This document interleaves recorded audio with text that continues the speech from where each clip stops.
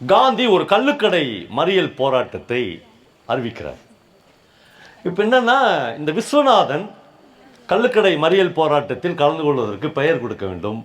இவர் கள்ளுக்கடை மறியல் போராட்டத்தில் கலந்து கொள்ள வேண்டியவர் இவருடைய சொந்த தாய் மாமாவும், இவனை சின்ன வயசுலேருந்து எடுத்து வளர்த்தவரும், அது மட்டும் இல்லாமல் தான் பொண்ணையே இவனுக்கு கட்டி கொடுத்த மாமனாருடைய கள்ளுக்கடை போய் இவன் மறிக்கணும்.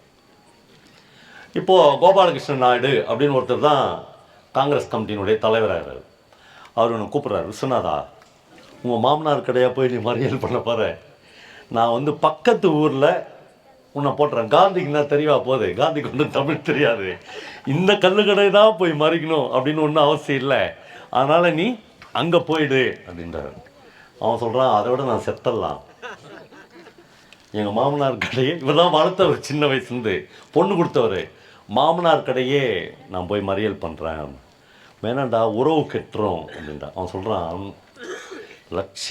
லட்சியமா உறவா என்றால் நான் லட்சியத்தின் பக்கம்தான் நிற்பேன்.